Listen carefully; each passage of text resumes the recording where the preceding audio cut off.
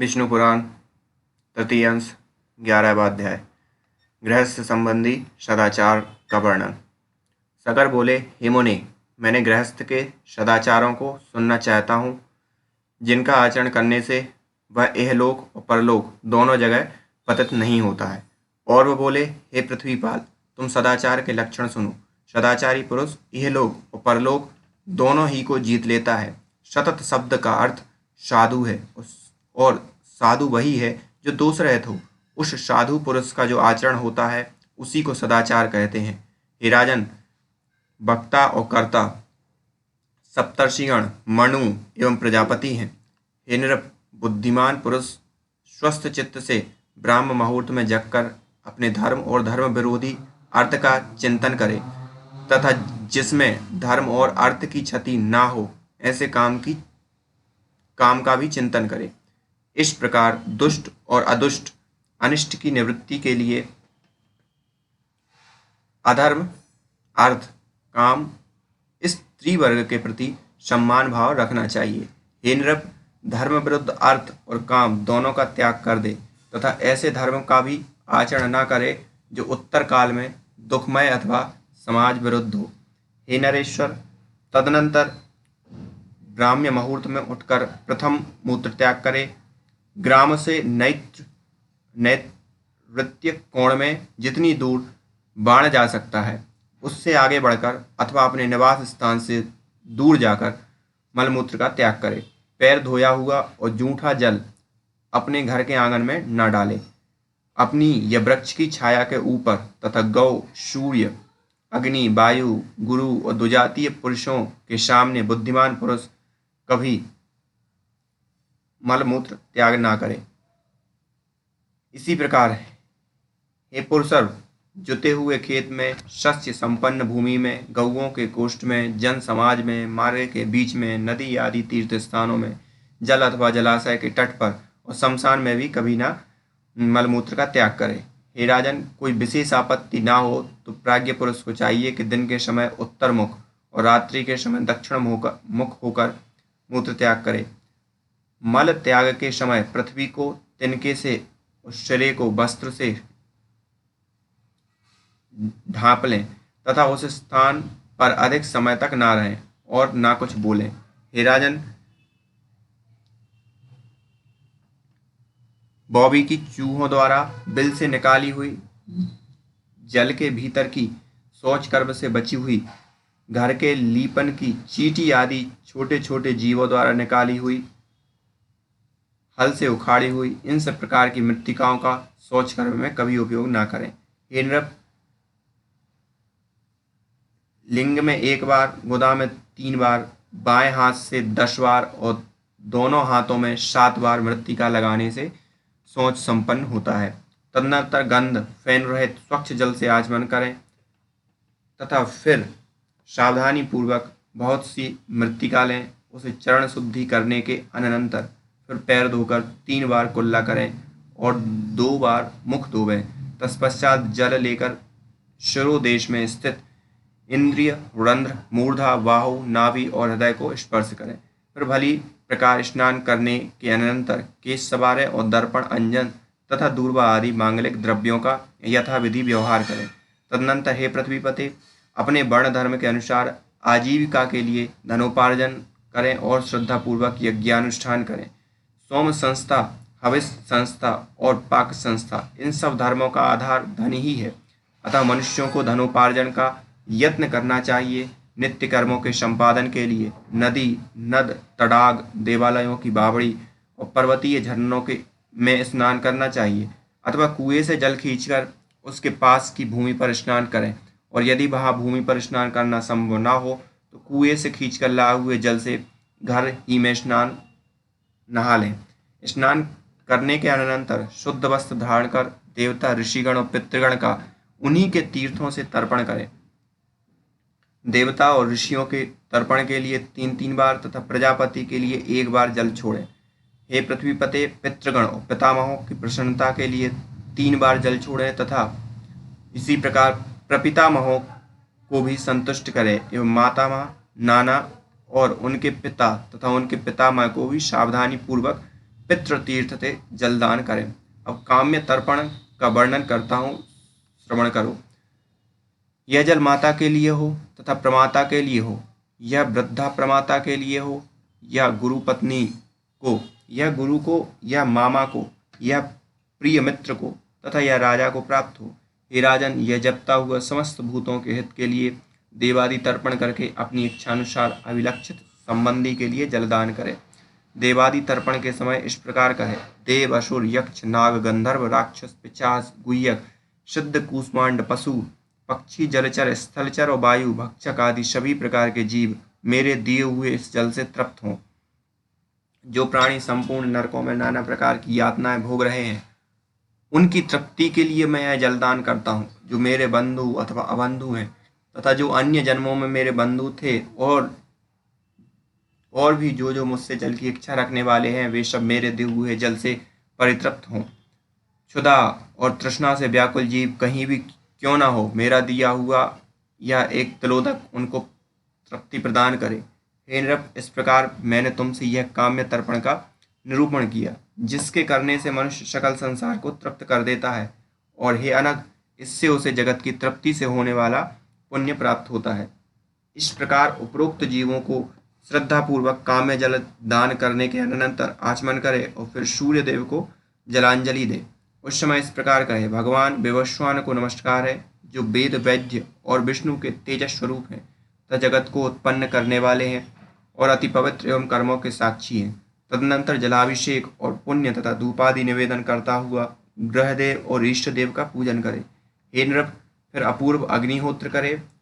उसमें पहले ब्रह्मा को और तदनंतर क्रमशः प्रजापति, गुह्य, काश्यप और अनुमति को आदरपूर्वक आहुतियां दें।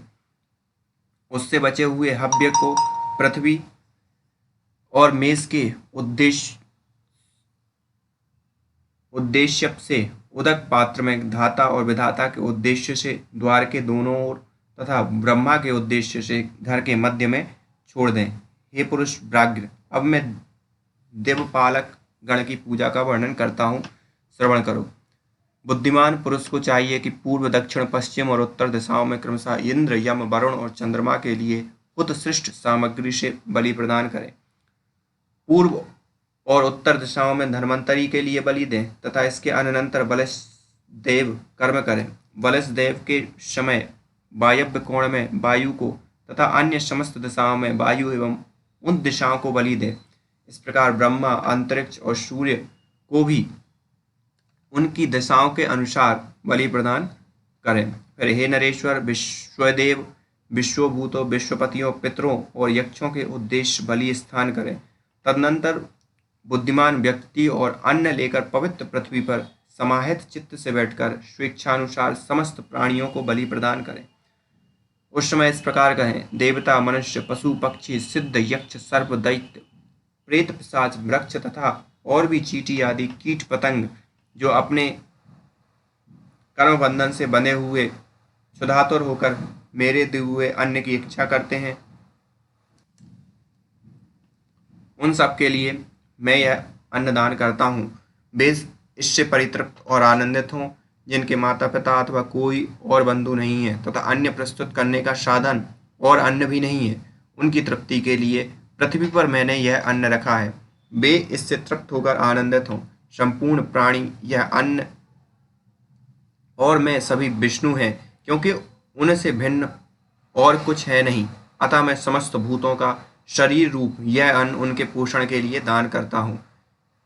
यह जो 14 प्रकार का भूत समुदाय है, उसमें जितने भी प्राणीगण अवस्थित हैं, उन सब की तृप्ति के लिए मैंने यह अन्न प्रस्तुत किया है। वे इससे प्रसन्न हो। इस प्रकार उच्चारण करके गृहस्थ पुरुष श्रद्धापूर्वक समस्त जीवों के उपकार के लिए पृथ्वी में अन्नदान करे, क्योंकि गृहस्थ ही सबका आश्रय है। हे नरेश्वर, तदनंतर कुत्ता, चांडाल, पक्षीगण तथा और भी जो कोई पतित हो एवं पुत्रहीन पुरुष हो, उनकी तृप्ति के लिए पृथ्वी में बलिभाग रखे। फिर गो दोहन काल पर्यंत अथवा इच्छानुसार से भी कुछ अधिक देर अतिथि ग्रहण करने के लिए घर के आंगन में रहें। यदि अतिथि आ जाएं तो उसका स्वागत आदि तथा आसन देकर और चरण धोकर सत्कार करें।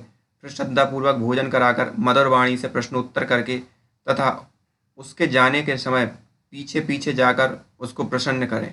जिसके कुल और नाम का कोई पता ना हो तथा अन्य देश से आया हो, उसी अतिथि का सत्कार करें।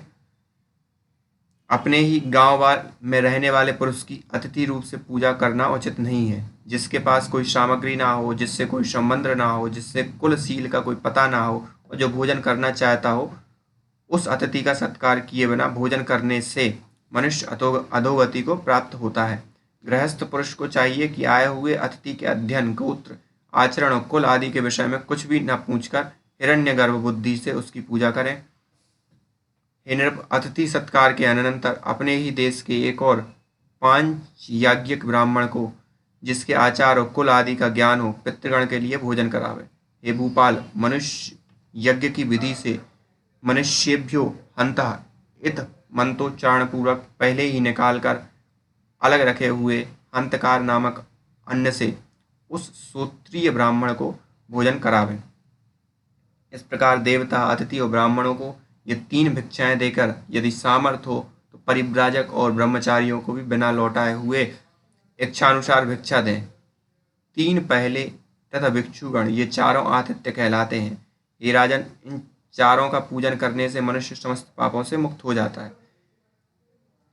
जिसके घर से अतिथि निराश होकर लौट जाता है, उसे वह अपने पाप देकर उसके शुभ कर्मों को ले जाता है। हे नरेश्वर, धाता, प्रजापति, इंद्र, अग्नि, वसुगण और आर्यमा, ये समस्त देवगण अतिथि में प्रविष्ट होकर अन्न भोजन करते हैं। अतः मनुष्य को अतिथि पूजा के लिए निरंतर प्रयत्न करना चाहिए। जो पुरुष अतिथि के बिना भोजन करता है, वह तो केवल पाप ही भोग करता है। तदनंतर गृहस्थ पुरुष पितृगृह में रहने वाली विवाहिता कन्या, दुखिया और गर्भिणी स्त्री तथा वृद्ध और बालकों को भी संस्कृत अन्न से भोजन कराकर अंत में स्वयं भोजन करे। इन सबको भोजन कराए बिना जो स्वयं भोजन कर लेता है, वह पापमय भोजन करता है और अंत में मरकर नरक में श्लेम भोजी कीट होता है। जो व्यक्ति स्नान किए बिना भोजन करता है, वह मल भक्षण करता है। जब किए बिना भोजन करने वाला रक्त और पूय पान करता है, संस्कारहीन अन्न रखने वाला मूत्रपान करता है तथा जो बालक वृद्ध आदि से पहले आहार करता है, वह विष्टाहारी है। इसी प्रकार बिना होम किए भोजन करने वाला मानो कीड़ों को खाता है और बिना दान किए खाने वाला विषभोजी है। अतः हे राजेंद्र, गृहस्थ को जिस प्रकार भोजन करना चाहिए, जिस प्रकार भोजन करने से पुरुष को पाप बंधन नहीं होता तथा यह लोक में अत्यंत आरोग्य, बल, बुद्धि की प्राप्ति और अरिष्टों की शांति होती है और जो शत्रु पक्ष का ह्रास करने वाली है, वह भोजन विधि सुनो। गृहस्थ को चाहिए कि स्नान करने के अनंतर यथाविधि देव, ऋषि और पितृगण का तर्पण करके हाथ में उत्तम रत्न धारण किए पवित्रता पूर्वक भोजन करें। हे नृप, जप तथा अग्निहोत्र के अनंतर शुद्ध वस्त्र धारण कर अतिथि, ब्राह्मण, गुरुजन और अपने आश्रित को भोजन कराकर सुंदर सुगंध युक्त उत्तम पुष्पमाला तथा एक ही वस्त्र धारण किए हाथ, पांव और मुंह धोकर प्रीति पूर्वक भोजन करें। हे राजन, भोजन के समय इधर उधर ना देखे। मनुष्य को चाहिए कि पूर्व अथवा उत्तर की ओर मुख करके अन्य मना ना होकर उत्तम और पथ्य अन्य को प्रोक्षण के लिए रखे हुए मंत्र पूत जल से छिड़क कर भोजन देवे। जो अत्र दुराचारी व्यक्ति का लाया हुआ हो, घृणाजनक हो अथवा बलिष्वदेव आदि संस्कार शून्य हो, उसको ग्रहण न करे। हे द्विज, गृहस्थ पुरुष अपने खाद्य में से कुल अंश अपने शिष्य तथा अन्य भूखे प्यासों को देकर उत्तम और शुद्ध पात्र में शांत चित्त से भोजन करे। हे नरेश्वर, किसी बेत आदि के आसन पर रखे हुए पात्र में, अयोम्य स्थान में, असमय में अथवा अत्यंत संकुचित स्थान में कभी भोजन ना करे। मनुष्य को चाहिए कि अग्रभाग अग्नि को देकर भोजन करें। हे नृप, जो अन्न मंत्रपूत और प्रशस्त हो तथा जो बासी ना हो, उसी को भोजन करें, परंतु फल, मूल और सूखी शाखाओं को तथा बिना पकाए हुए लेह आदि और गुड़ के पदार्थों के लिए ऐसा नियम नहीं है। हे नरेश्वर, सारहीन पदार्थों को कभी ना खाएं। हे पृथ्वीपते, विवेकी पुरुष मधु, जल, दही, घी और सत्तू के सिवा किसी और पदार्थ को पूरा ना खाए। भोजन एकाग्रचित होकर करें तथा प्रथम मधुरस, फिर लवण, अम्ल तथा अंत में कटु और तीखे पदार्थों को खाएं। जो पुरुष पहले द्रव्य पदार्थों को, बीच में कठिन वस्तुओं को तथा अंत में द्रव्य पदार्थ को ही खाता है, वह कभी बल तथा आरोग्य से हीन नहीं होता।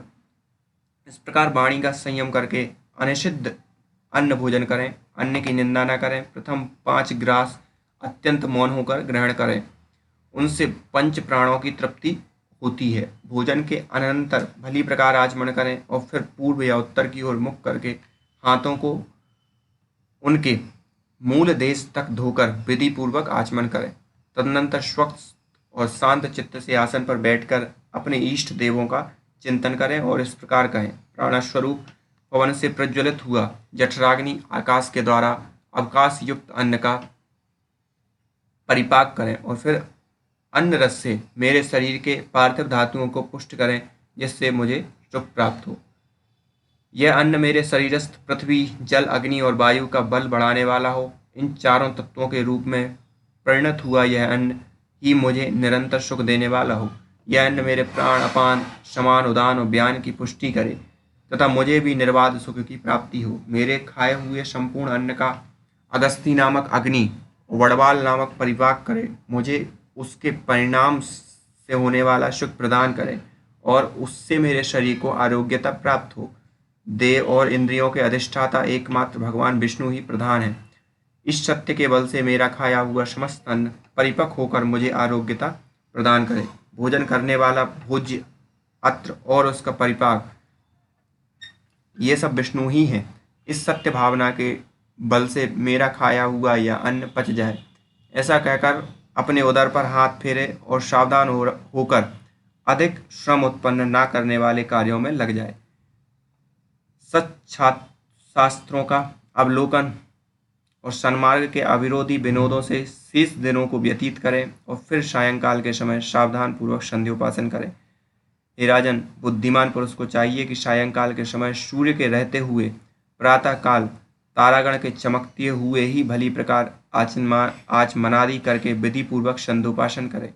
हे पार्थव, सूतक, जन्मादि से होने वाले असुचिता, अशौच, मृत्यु कर्म से होने वाली असुचिता, उन्माद, रोग और भय आदि के बाधा ना हो तो प्रतिदिन ही संध्योपासन करना चाहिए। जो पुरुष रुग्णावस्था को छोड़कर और कभी सूर्य के उदय अथवा अस्त के समय सोता है, वह प्रायश्चित का भागी होता है। अतः हे महीपति, गृहस्थ पुरुष सूर्योदय से पूर्व ही उठकर प्रातः संध्या करे और सायंकाल में भी तत्कालीन संध्या वंदन करे, शोभे नहीं। हे नृप, जो पुरुष प्रातः अथवा सायंकालीन संध्योपासन नहीं करते, वे दुरात्मा अंधतामिस्त्र नरक में पड़ते हैं। तदनंतर वे पृथ्वी पते सायंकाल के समय सिद्ध किए हुए अन्न से गृहपत्नी मंत्रहीन वलिश्वेश देव करें। उस समय भी उसी प्रकार स्वपश्च आदि के लिए अन्नदान किया जाता है। बुद्धिमान पुरुष उस समय आए हुए अतिथि को भी सामर्थ्यानुसार सत्कार करे। हे राजन, प्रथम पांव धुलाने, आसन देने और स्वागत सूचक विनम्र वचन कहने से तथा फिर भोजन कराने और शयन कराने से अतिथि का सत्कार किया जाता है। हे नृप, दिन के समय अतिथि के लौट जाने से जितना पाप लगता है, उससे 8 गुना पाप सूर्यास्त के समय लौटने से होता है। अतः हे राजन, सूर्यास्त के समय आए हुए अतिथि का गृहस्थ पुरुष अपनी सामर्थ्य अनुसार अवश्य सत्कार करे, क्योंकि उसका पूजन करने से ही समस्त देवताओं का पूजन हो जाता है। मनुष्य को चाहिए कि अपनी शक्ति के द्वारा उसे भोजन के लिए अन्य शाक, जल देकर तथा सोने के लिए सैया या घास फूस का बिछौना अथवा पृथ्वी ही देकर उसका सत्कार करे। हे नृप, तदनंतर गृहस्थ पुरुष सायंकाल का भोजन करके तथा हाथ पांव धोकर छिद्रादिविहीन काष्ठमय सैया पर लेट जाए, जो काफी बड़ी ना हो, टूटी हुई हो, ऊंची नीची हो, मलिन हो अथवा जिसमें जीव हो या जिस पर कुछ बिछा हुआ ना हो, उस सैया पर ना सोवे। हे नृप, सोने के समय सदा पूर्व अथवा दक्षिण की ओर सिर रखना चाहिए। इसके विपरीत दिशाओं की ओर सिर रखने से रोगों की उत्पत्ति होती है। हे पृथ्वीपते, ऋतुकाल में अपनी ही स्त्री से संग करना उचित है। पुल्लिंग नक्षत्र में युग्म और उनमें भी पीछे की राशियों में शुभ समय में स्त्री प्रसंग करें, किंतु यदि स्त्री अप्रसन्ना, रोगिणी, रजस्वला, नराभिलाषिणी, क्रोधिता, दुखश्विनी अथवा गर्भिणी हो तो उसका संग ना करें।